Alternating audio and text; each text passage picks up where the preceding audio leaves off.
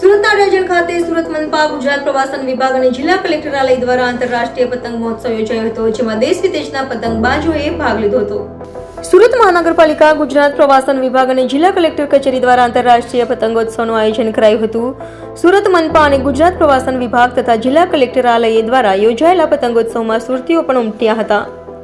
સુરતના અડાજણ રિવરફ્રન્ટ બાજુના ફ્લોટમાં મેયર દક્ષેશ માવાણીએ સંદેશ મુકેશ દલાલ સહિતનાઓની હાજરીમાં પતંગ ઉડાવીને પતંગોત્સવનો પ્રારંભ કરાવ્યો હતો.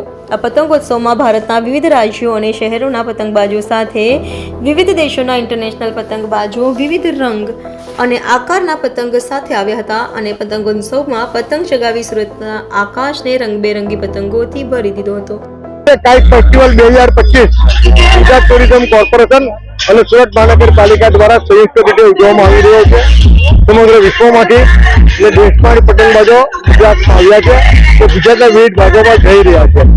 ગુજરાતમાં સુરતમાં પણ પતંગ ઉડાવીને એની મજા લેતા હોય છે. તલ ચીકીના લાડુ ખાઈને, ઊંધિયું ખાઈને એની મજા લેતા હોય છે. આનું મકર સંક્રાંતિનું ફેસ્ટિવલ ઐતિહાસિક, રિલિજિયસ અને ખુશીના સંદર્ભમાં ખૂબ મહત્વ છે. દેશના વિવિધ ભાગોમાં વિવિધ નામો હેઠળ તે ઉજવવામાં આવે છે. સૌ પતંગબાજોને, પતંગ રસિકોને મારી વિનંતી છે કે આજના દિવસે પ્લીઝ થોડા દિવસ પક્ષીઓનું ધ્યાન રાખજો. વાહન ચાલકોને પણ વિનંતી છે કે પ્લીઝ આ દિવસોમાં વાહન થોડા ધીમેથી ચલાવજો, કે સેફ્ટી ગાર્ડ અને સેફ્ટી બેલ્ટ લગાવીને ચલાવજો.